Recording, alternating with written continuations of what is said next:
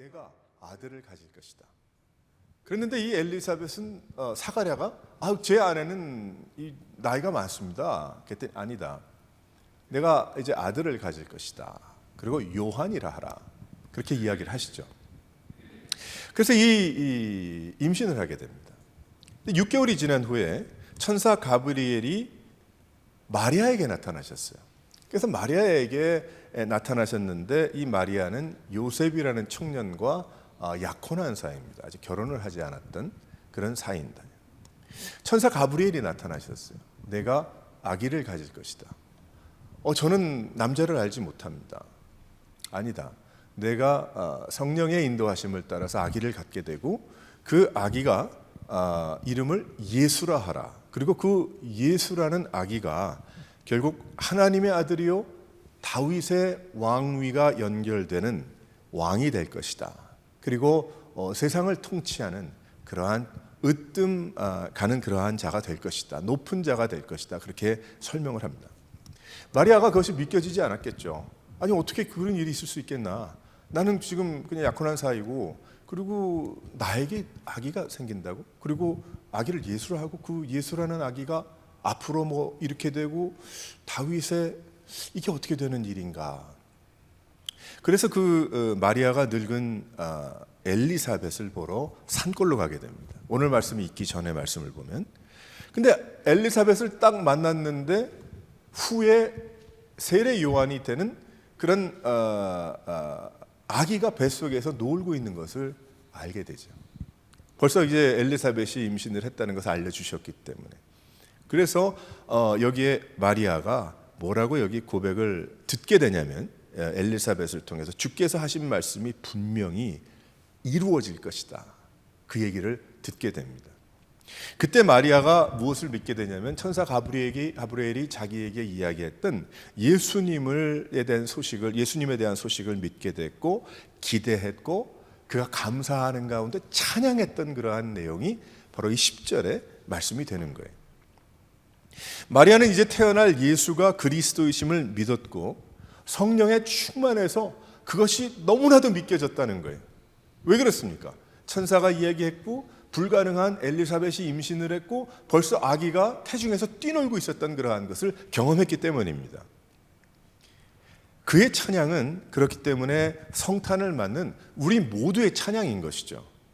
이 찬양은 바로 세상이 들어야 할 찬양이고 우리가 평생 선포해야 될 그런 찬양인 거예요. 마리아의 그냥 한 여성이 임신해서 기쁨으로 드렸던 그런 찬양 정도가 아니고 우리의 것이요 우리도 선포해야 하고 우리도 찬양해야 될 그런 찬양인 것입니다. 성탄을 맞는 대림절이 기쁜 이유가 무엇입니까?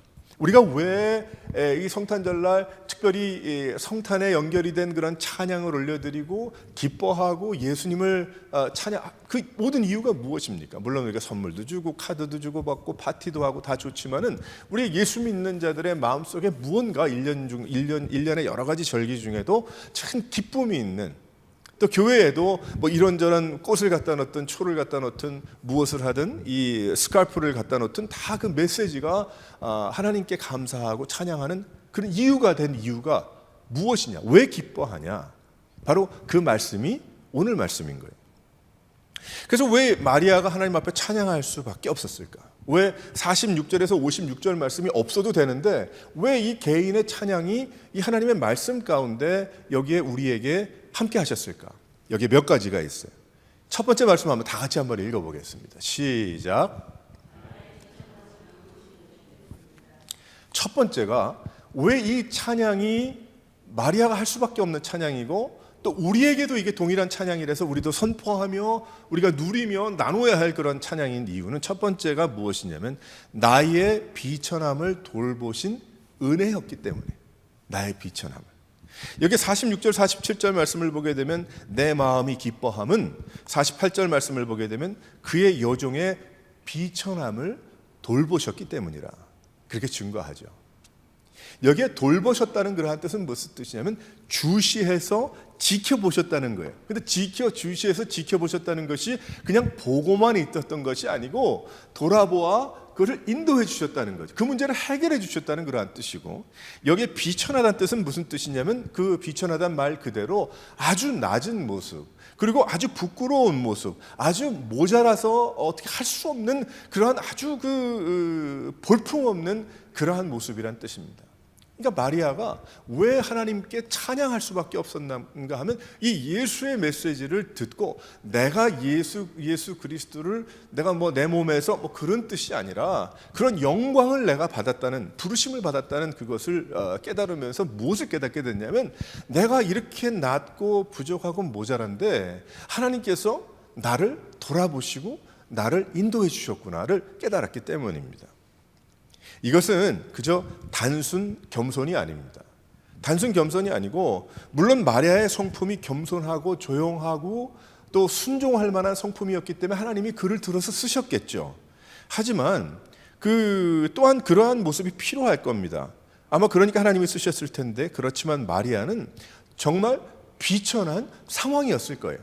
가만히 생각을 해보게 되면 우리가 마리아의 삶을 쭉 조금 예수님의 하신 행적을 이렇게 보면서 우리가 깨달을 수 있고 알 수가 있지만은, 하나님을 만나니 또한 부르심을 받으니 그 상황이 더욱더 뚜렷하게 보였다는 거예요. 내 자신의 비천함이 보였다는 거예요. 하나님을 만나니까, 예수 그리스도를 만나니까, 성령의 인도하심을 따라서 내가 알게 되니까 내가 얼마나 모자라고 부족한 사람이라는 것을 내가 알게 됐다는 거죠. 느꼈다는 거예요. 깨달았다는 것입니다. 어떤 비천함이 있을까요? 한번 저도 가만히 생각해 봤어요. 마리아의 육신적인 비천함이 있었을 것 같아요. 육신적인 비천함. 그 당시 여성의 위치, 얼마나 참 문화적으로 볼 때도 한계가 있었습니다. 엄청난 한계가 있었죠. 그 남자를 알지 못하는 성령의 잉태를 할 수 또 알 수도 없었던 그런 상황, 그 육신의 모자람. 하나님이 나를 부르신들 내가 어떻게 아기를 낳겠는가? 어떤 육신의 모자람, 그러한 것도 있었을 거예요. 그런 상황에서 하나님을 받들고 섬긴다는 그 은혜를 비천하면서 그 은혜를 그가 깨달았다는 것이죠. 우리도 하나님은 우리를 육신적인 우리의 비천함을 뛰어넘어 보고 계셨습니다. 그 비천함을 뛰어넘어서 우리를 자녀로 부르셨죠. 한번 생각해 보십시다. 하나님께서 내가 키가 크다고, 내가 얼굴이 잘나서 하나님이 나를 자녀로 부르셨다고 생각하는 사람들이 혹시 있겠습니까? 제대로 하나님을 만났다고 한다면 아니죠. 그렇게 하나님은 부르시지 않기 때문입니다. 하나님은 우리들의 있는 육신적인 상황을 넘어서 부르시고 우리에게 오신 거예요. 젊은이 늙은이 모두 다 불러주셨어요. 그래서 성탄은 모든 사람들의 것인 겁니다. 불러주셨잖아요. 그러니 우리도 이 마리아가 찬양했던 것처럼 하나님께서 나의 비천함을 돌보셨다. 그것이 우리 성탄, 그 한 가지만 보더라도 성탄이 기쁘고 우리가 찬양을 올려드려야 되는 그 이유 중에 한 가지죠. 예수 그리스도 때문에. 제가 예전에 청주에 섬겼던 교회가, 제가 섬긴 게 아니고 이제 교회에서 도왔던 그런 교회가 있는데, 그 교회에 대한 이야기를 조금 했을 거예요. 안 한 부분이 한 가지가 있어서 그걸 말씀을 드리겠습니다. 40년 된 교회인데 가봤더니 한 40명의 할머니들, 할아버지는 일찍 돌아가시더라고. 왜 그런지 모르겠어요. 근데 할머니들이 거기 쫙. 근데 그 목사님이 거기서 11년 목회를 하셨어요. 저랑 거의 동갑인데. 근데 이제 목회를 하셨는데 봉고차가 있어가지고 아침이 이제 되면은 새벽 기도를 이제 하니까, 근데 가봤더니 그 청주가 좋은 동네고, 근데 시골 외곽이니까 그 해군 부대 바로 옆인데, 봤더니 그 논두렁에, 논두렁이 아니고 차가 다닐 수 있는 데인데 아스팔트를 콘크리트를 조금 크게 하지 봉고차 하나 들어갈 정도인 거예요. 그러니까 얼마나 위험합니까? 그것이 떨어지면 완전히 논 이렇게 되고 이렇게 되는데, 운전도 잘해야 되겠더라고요. 같이 왔다가는 어떻게 뒤로 빼고 어떻게 할 수가 없어요. 이제 그 길을 따라서 교인들이 이렇게 사니까 거기 이제 픽업을 해야 돼요, 이 양반이. 근데 이제 그나마 멀리 계신 분은 이제 픽업을 타는데, 좀 그나마 이제 조금 가까운 분들과 걸을 수 있는 분들은 이제 걸어온단 말이에요, 아침에. 주일날도 그렇고. 근데 이 목사님이 이런 얘기를 하시더라고. 근데 하다 보면 눈물 날 때 있어요. 저보고 그러시더라고. 그 목사님. 왜 그렇습니까? 그랬더니 아침에 저 멀리에서부터 이렇게 할머니들 할아버지들 모시고 새벽기도 오고 주일날 교회 오고 싶으니까 모시고 오는데 오다 보면은 교회에 지팡이 짚고 다니는 분들이 여러분인데 쌍지팡이를 짚고 있는 할머니가 계시더라고. 쌍지팡이를 짚고 이제 팔에 여기 끼고 지팡이를 가지고 교회로 오는 거야. 교회가 너무 오고 싶어서. 그래서 교회로 오는데 오다가 보면 눈이 오는 날은요. 저보고 눈이 오는 날은 그 할머니가 쉬었다 오는 게 보이는 거지. 왜 그러냐면 뭐 눈이 많이 오는 날은 안 보이겠지만 눈이 온 날은 그 할머니가 오다가 힘들어 가지고 교회로 오는데 앉았다가 쉰 자국이 그냥 그대로 있는 거예요. 그러면 이렇게 운전하고 오다가 할머니 여기 쉬다 하루 한 번 쉬셨구나. 저쪽에 오다가 한 번 더 쉬었구나. 저쪽에 가다 한 번 더 쉬었구나. 그걸 안다는 거예요. 그래서 이 목사님이 그걸 보면 눈물이 난다는 거예요.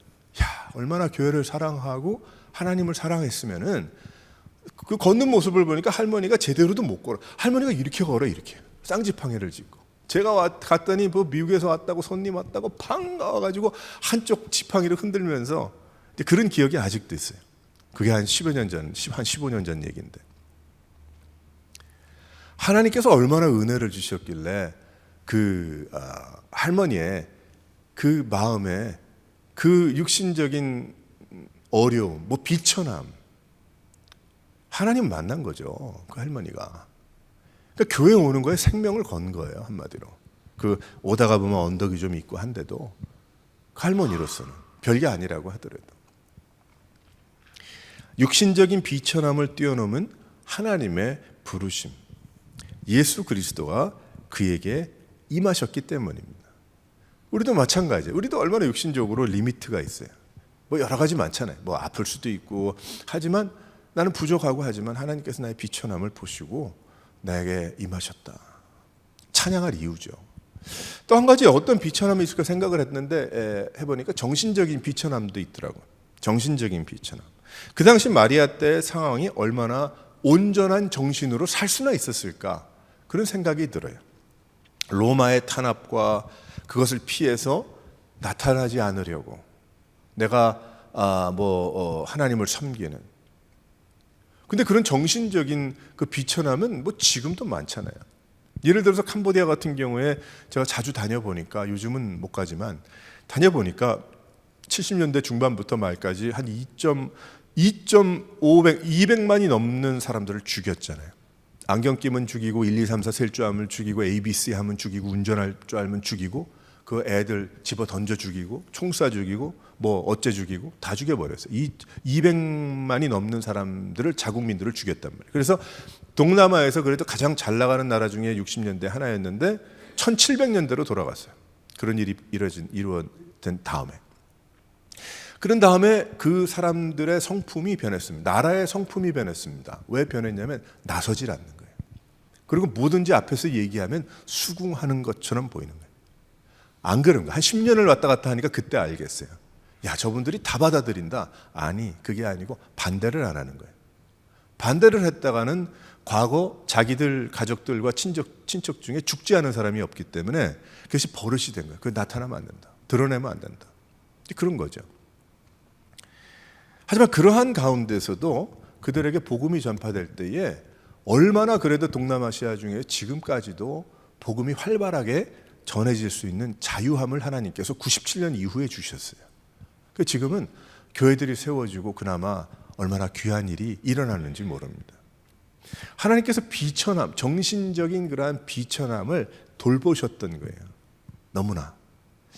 마리아가 그런 상황이지만 그 탄압 가운데 있는 그런 문화적인 정신적인 그런지만 그래도 하나님께서 자기 비천함을 돌보신 거죠. 우리는 어떻습니까? 우리는 정신적인 비천함이 없나요? 우리가 얼마나 이 발달된 세상에서 살아가면서 얼마나 많은 우울함과 눌림과 참 괴로움 가운데 견디지 못하고 살아가는 경우들이 얼마나 많이 있습니까? 참 많이 있거든요. 그러니까 이 성탄의 소식은 예수 그리스도의 오심의 소식은 마리아의 찬양이지만 오늘 말씀이 우리의 찬양인 거예요. 나의 비천함을 돌보셨구나. 그래서 찬양할 수밖에 없는 겁니다. 경제적인 비천함도 있죠. 돈이 충분했으면 모텔에서 자지 마구간에서 잤겠어요? 뭐 더블 주면 안 하겠어요? 내가 3배 줄게. 뭐 3배 아무것도 아니야 나한테는. 그러면 아이쿠 그러면 3배 주고 우리 안방에서 하루 묵고 가시বে. 그러지 않았겠어요?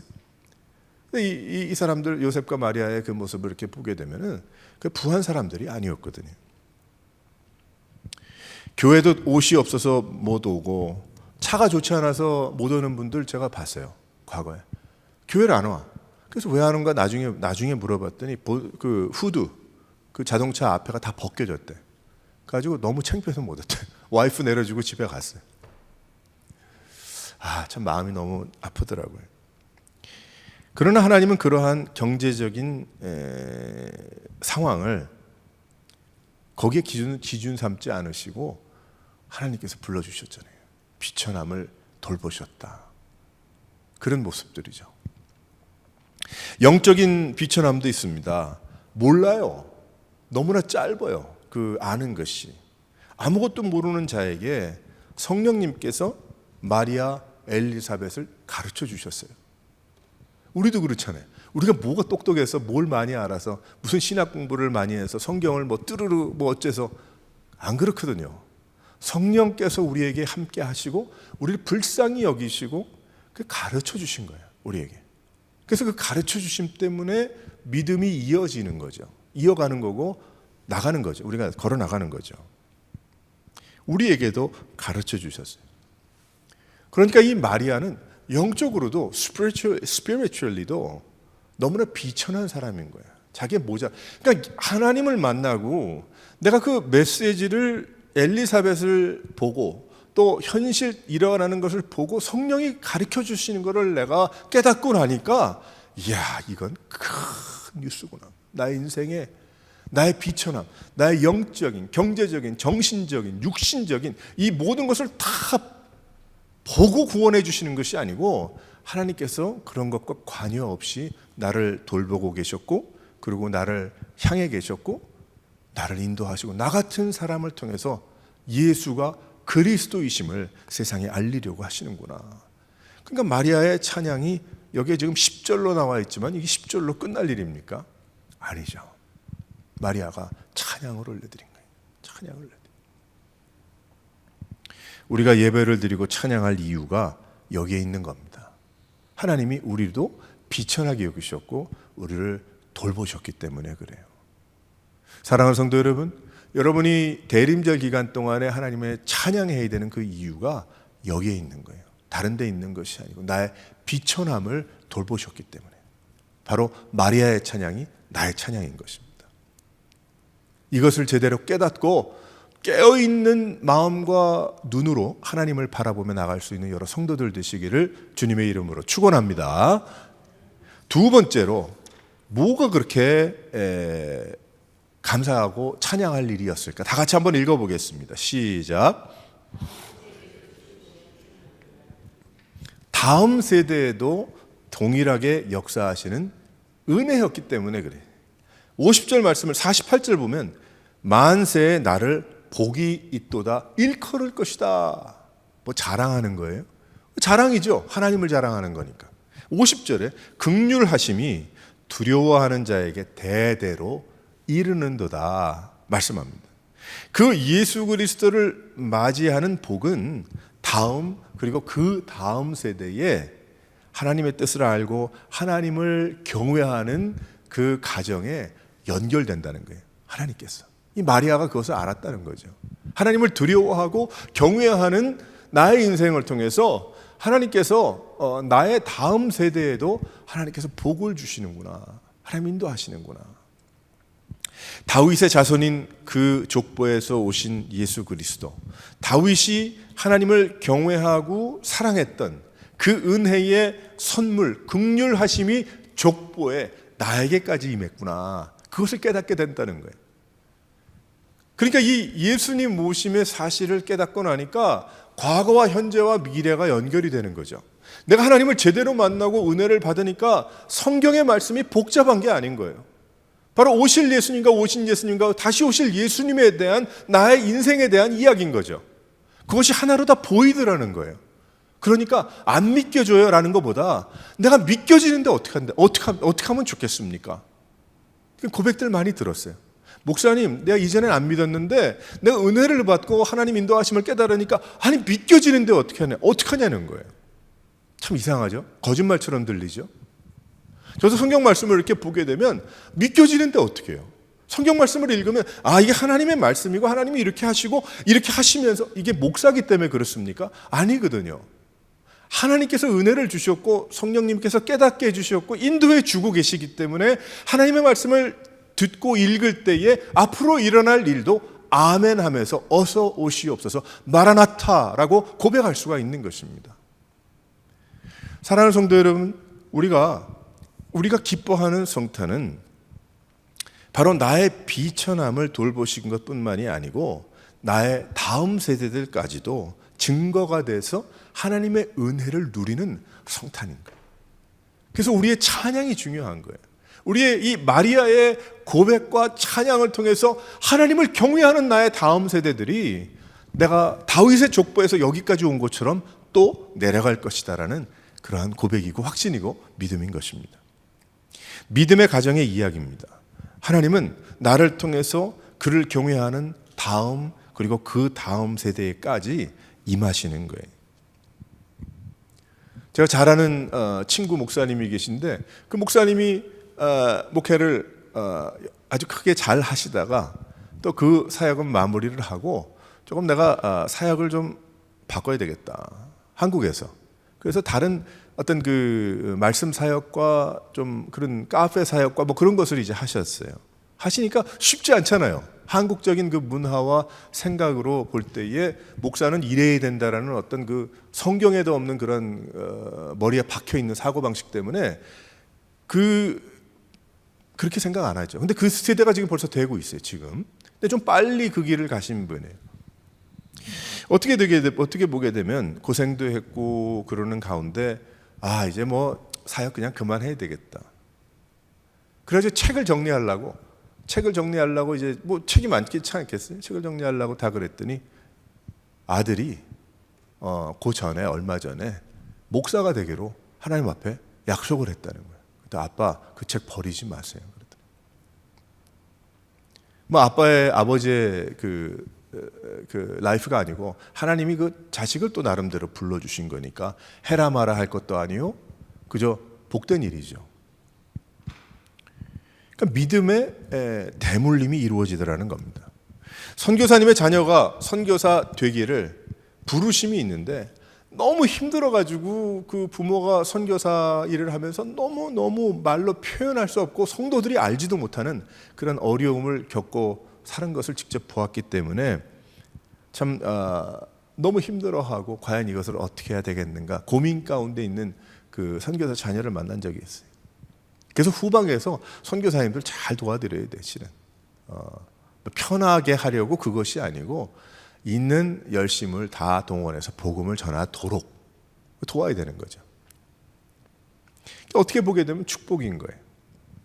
부모님의 그 믿음의 행적을 또 불러주셔서 순종하면서 자기가 얼마나 좋아요. 그 문화도 벌써 알고 언어도 벌써 알고 다른 사람들 오게 되면 언어 공부하는데 5년 걸리고 문화를 아는데 10년이 걸리는데 거기서 태어나서 자랐으니 전혀 문제가 없잖아요. 하나님께서 비천하지만 하나님께서 또 믿음의 연결로 불러주시고 인도하시더라는 거죠. 그것이 목회자 선교사뿐만인가 장로님 집사님들의 자녀들은 안 그렇습니까? 믿음으로 조상의 믿음으로 살아난 것을 이야기하면서 우리 할아버지께서 교회를 2군데를 세우는 것을 도우셨어. 우리 증조 할아버지가 한 교회를 정말 주님 앞에 엎어져 기도하면서 섬기셨대. 이건 놀라운 일이죠.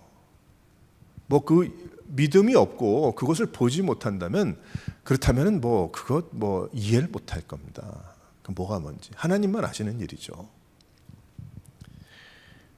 우리가 보여줄 것이 무엇인가?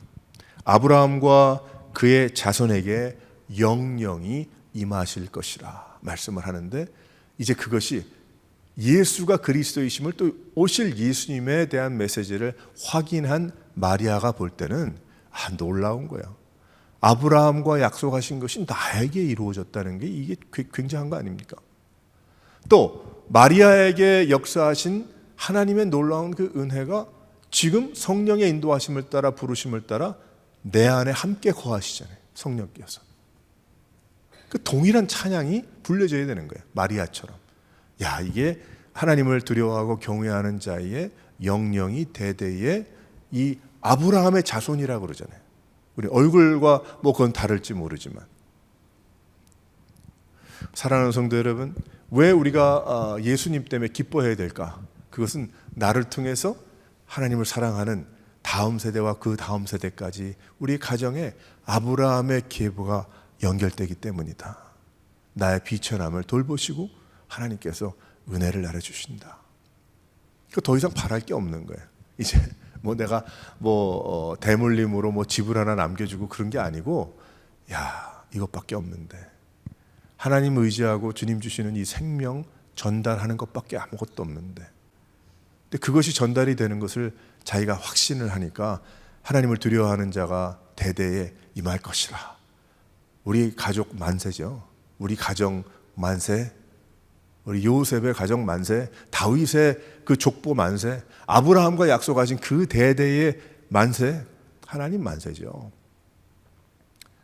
그러니까 여러분들이 지금 교회 와서 예배 2022년에 성탄의 대림절에 이렇게 만나서 예배 드리고 하나님 말씀 듣는 이 자체가 오늘이 굉장히 스페셜한 겁니다. 여러분들에게.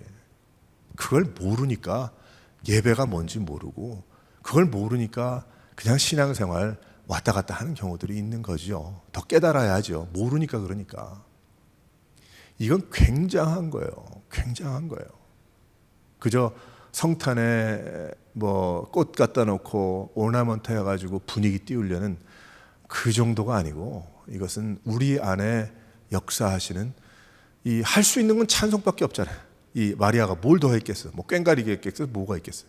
그러니까 하나님을 찬양하는 것밖에 없네. 내 속에 있는 고백을 다 드러내면서. 그거 이상이 있나요? 그게 다지. 하나님이 원하시는 거 그 하나밖에 없죠. 다른 거 없죠. 돈이 필요하시겠어요? 하나님이. 우리 헌금이 필요하겠습니까? 하나님께서. 그 돈 가지고 하나님이 천국에서 바꿔서 하시겠어요? 아니, 다 우리에게 쓰고 나누고 행복하라고 허락하신 거예요. 하나님께서. 중요한 건 우리의 헌신이고 순종이죠. 하나님의 놀라운 그 은혜인 겁니다. 그래서 이 마리아가 여기에 찬양을 올려드려요. 다음 세대에도 동일하게 역사하시는 하나님의 은혜 때문이라. 세 번째로 다 같이 한번 읽어봅니다. 왜 찬양을 했을까? 다 같이 읽어보겠어요. 시작. 세계 모든 민족에게 주시는 약속의 은혜 때문이다. 주보에는 제가 좀 더 길게 해놨어요. 약속의 은혜 때문이다. 권세 있는 자들을 그 위에 내려치셨으며 비천한 자를 높이셨고 줄이는 자를 좋은 것으로 배불리셨으며 부자는 여기에 말씀을 보게 되니까 빈손으로 보내셨도다. 그 말씀을 하죠. 세계에 일어날 일들을 설명하고 계세요. 성탄의 은혜는 마리아의 가족의 이야기뿐만이 아니었다는 거예요. 마리아 한 사람의 이야기뿐만이 아니고 그 가정의 다음 세대에 대한 이야기뿐만이 아니고, 마리아의 찬양은 온 민족, 전 세계의 세상을 향한 그 하나님의 메시지였다는 거죠. 그 좋은 소식을 듣고 믿는 자들에게 함께 하신 은혜였다는 거예요.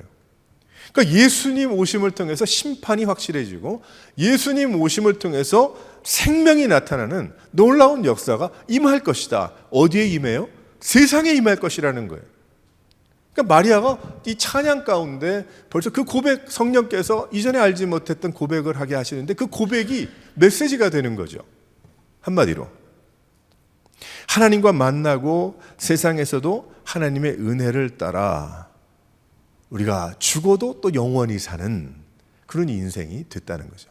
예수 그리스도 때문에 그런 온 세상에 복음이 선포되고 믿는 자들이 생명을 얻게 되고 또 심판을 받게 되는 그런 일들이 일어날 것이다. 그래서 그것을 알리고 복음을 전하는 것입니다. 우리 혼자만 알고 가지고 있는 것이 아니라 나누는 거죠. 나누는 거죠. 복음은 나눠야 되는 거예요. 잘 안 나눠져요. 그거. 저 복음이 잘 전파되지 않고 쉽지 않습니다. 갈수록 더 어렵죠. 그러니까 더 힘있게 기도하고 우리가 더 찾아보고 더 노력해야 되는 거예요. 하나님이 그걸 원하시는 겁니다. 마지막 세대가 가고 성경대로 가니까 마지막에 오케이 이제 뭐 하나님 뜻대로 다 망하고 어렵고 힘들고 뭐 기근이 있고 전염병이 돌고 뭐 그럴 거니까 뭐 어떻게 하겠냐, 이것이 아니고 세상이 하나님의 말씀대로 가지만 우리는 하나님이 세상을 사랑하고 계시는 것을 알기 때문에 우리는 이 세상을 향해서 복음을 전하고 이 사람이 하나님이 부르시는 사람인가, 저 사람이 하나님이 택한 사람인가 나는 모르지만 나는 열심을 다해서 충성을 다해서 주님 앞으로 인도해내는 것, 하나님이 그 충성을 나한테서 보기 원하시고 열매는 하나님이 가져가시는 거죠. 뭐 열매는 내가 갖는 게 아니니까. 그저 잘했다 칭찬받으면 끝인 거예요. 우리는 나의 의무가 나에게 의무가 있고 또 전할 부르심이 있고 가고 보내야 할 의무가 있는 것입니다. 우리가 먼저 은혜를 입었기 때문에 하나님 앞에 성탄은 세상 모든 사람들에게 전달되어야 할 소식인 것입니다. 그래서 마리아가 찬양한 거예요. 세상이 살 수 있는 길이 열렸다. 이제 세상이 심판을 받게 되는데 이제 세상이 이 복음 좋은 소식 예수의 소식을 듣고 살아날 수 있는 길이 열렸음을 마리아가 보게 된 거예요. 하나님 만나고. 아프지만 마리아는 십자가가 그 길이고 또 그 십자가를 통해서 그 고통받고 죽으시는 예수 그리스도의 그것이 하나님의 뜻이며 부활하셔서 생명을 허락해 주시는 그것이 하나님의 분명한 그것같이 그거 모든 것을 일초일초 상세히 다 알지는 못했겠으나 그 마음속에 하나님이 하시는구나, 하나님이 하실 것이구나. 이 마리아가 무슨 신학적으로 과거의 구약을 뚜루루 다 꼈겠어요? 알았겠어요? 몰랐을 거예요. 하지만 성령께서 가르쳐 주시는 거죠. 너의 인생을 하나님이 불러주시고 사용하셔서 이제 예수라는 아기가 태어날 텐데 그 예수라는 아기를 통해서 너의 비천함을 돌보시고 또 너의 가정에 아브라함의 다윗의 왕위를 결국 너까지 하나님께서 너의 후손에 또 더 나아가서는 온 세상에 이제 하나님과 죄로 인해서 떨어졌던 그러한 부분을 이제 다리가 되어주시고 연합케 하신 하나님의 놀라운 그 은혜. 그래서 이 마리아가 말로 설명이 다 안 되지만 책으로 다 쓸 수는 없지만 그 마음속에 믿어진 그 상태에 드렸던 그 찬양이다. 할렐루야. 너무 참 귀하지 않아요? 여러분들 생각을 해보세요. 우리가 뭐 알면 얼마나 많이 알겠어요. 말을 잘하면 얼마나 많이 1, 2, 3, 4 해가지고 뭐 설명을 하겠어요. 그런데 마음에 과거, 현재, 미래 하나님의 높으신 보좌에 앉아 계신 하지만 십자가에 달려 죽으시고 부활하셨던 지금 나와 함께 하시는 성령님의 놀라운 그 은혜가 확 믿겨지잖아요. 그걸 어떻게 설명을 한마디로 다 해. 하지만 내가 찬양하고 하나님 앞에 엎드리고 예배하면서 그 확신과 고백이 아멘으로 하나님 앞에 선포가 되고 주위에 선포가 되고 하나님께 드려지고 그런 거 아니겠어요? 그러니까 그런 가운데 찬송이 있고 그런 가운데 예배가 있고 그런 가운데 기도가 있고 그런 가운데 소그룹 모임이 있고 그런 가운데 성도들과 또 안 믿는 사람들과 만나면 무엇이 나타나겠어요? 그 마음속에 있는 그 확신이 나타나는 거예요. 그 마음속에 확 몰려있는 다 설명할 수 없지만 설명이 다 필요 없는 그런 확신과 고백이 나오는 거예요. 바로 그것이 1장 46절에서 56절까지 마리아가 했던 찬양 가운데 나타났던 것입니다. 사랑하는 성도 여러분, 성탄은 그런 것입니다. 우리가 우리의 삶 가운데 마리아가 드렸던 그 찬양처럼 주님 앞에 그런 찬양을 올려드려야 될 것이고 우리의 삶 가운데 이러한 성령의 인도하심의 충만함을 우리가 받아서 우리가 말로 다 설명할 수 없으나 말로 다 설명하는 것 아니요, 될 수 있는 것도 아니요, 그 확신 가운데 차서 늘 주님 앞에 일도 하고 가정도 돌보고 이웃도 만나고 교회도 오고 그런 확신과 은혜를 내가 놓치지 않기 위해서 또 찬양도 하고 예배도 드리는 그 믿음을 잃지 않고 더욱더 주님을 사랑하고 나아갈 수 있는 여러 성도들 되시기를 주님의 이름으로 축원합니다.